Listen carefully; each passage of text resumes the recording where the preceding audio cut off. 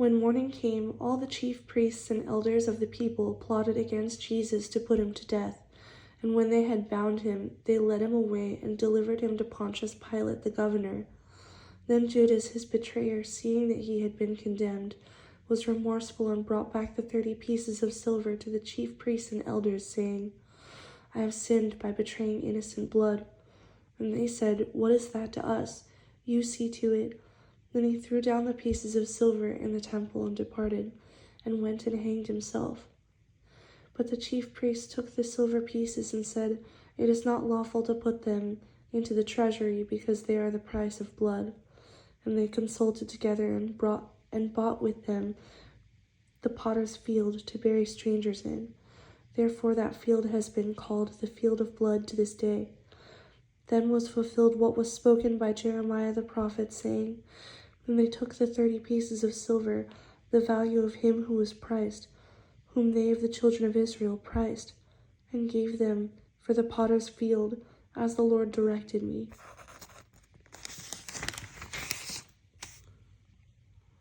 Now Jesus stood before the governor, and the governor asked him, saying, Are you the king of the Jews?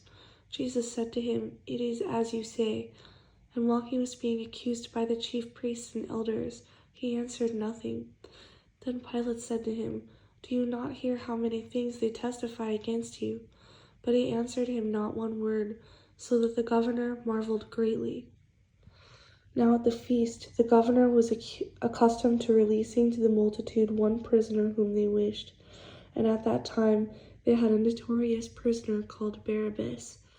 Therefore, when they had gathered together, Pilate said to them, Whom do you want me to release to you, Barabbas or Jesus, who is called Christ? For he knew that they had handed him over because of envy. While he was sitting on the judgment seat, his wife sent to him, saying, Have nothing to do with that just man, for I have suffered many things today in a dream because of him. But the chief priests and elders persuaded the multitudes that they should ask for Barabbas and destroy Jesus.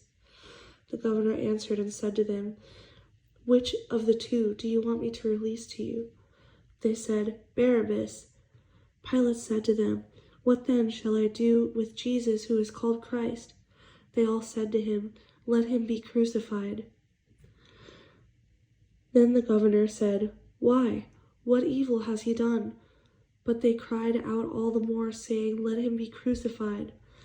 When Pilate saw that he could not prevail at all, but rather that a tumult was rising, he took water and washed his hands before the multitude, saying, I am innocent of the blood of this just person. You see to it. And all the people answered and said, His blood be on us and on our children.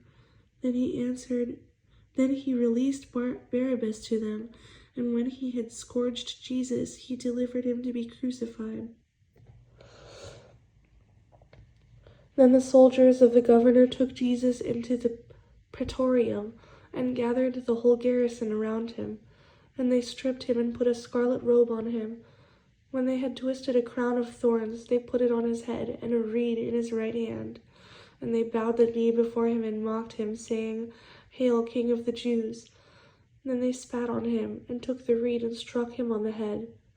And when they had mocked him, they took the robe off him, put his own clothes on him, and led him away to be crucified.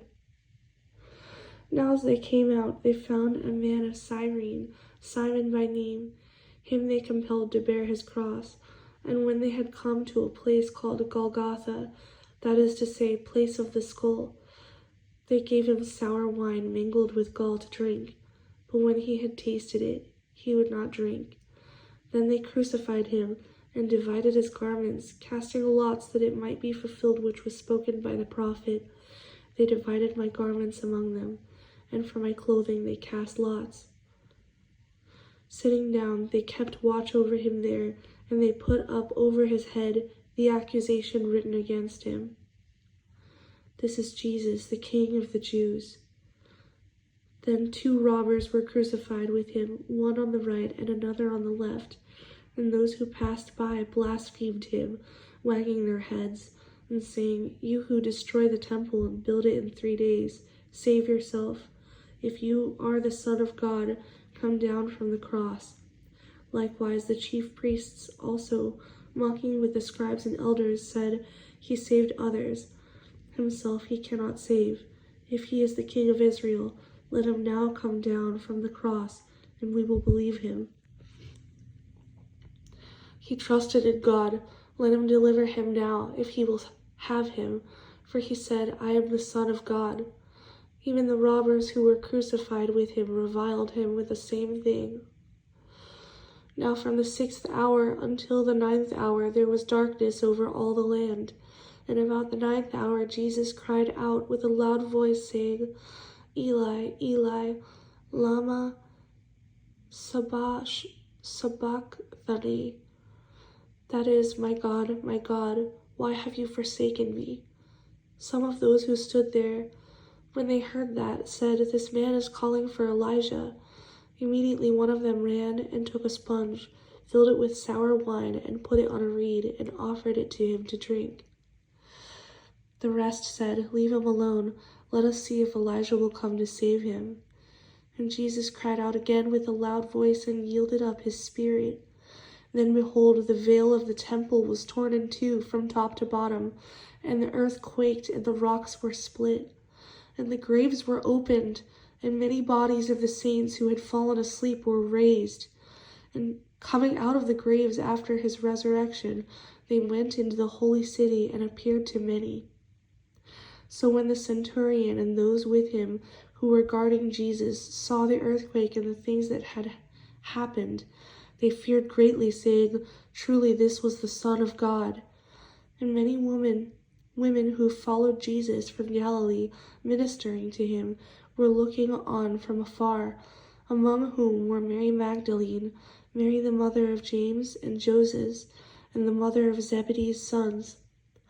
Now, when evening had come, there came a rich man from Arimathea, named Joseph, who himself had also become a disciple of Jesus. This man went to Pilate and asked for the body of Jesus. Then Pilate commanded the body to be given to him.